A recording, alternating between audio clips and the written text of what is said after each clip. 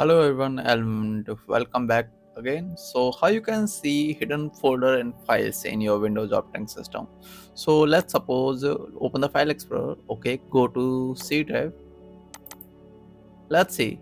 You can see here there are some folders and there are some folders that you can't see. Okay, you will not able to see. Okay, so let's go to view option. Okay, and go to show and you can check here. Okay, so click hidden items here and when you click it, okay, one this one is a hidden item. Okay, this one also hidden folder, this one also hidden folder. Okay, if we there another option to see and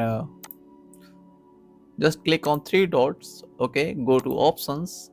Okay, go to view and here you can see show hidden files and folders and drive. Okay, if we check this, the same function will work. Okay, like this. Okay, now you can see.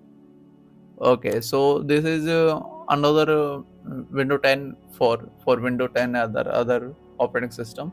So this is the latest option. Okay, so just uncheck it. Okay, so that's it for today and I'll see you in the next video.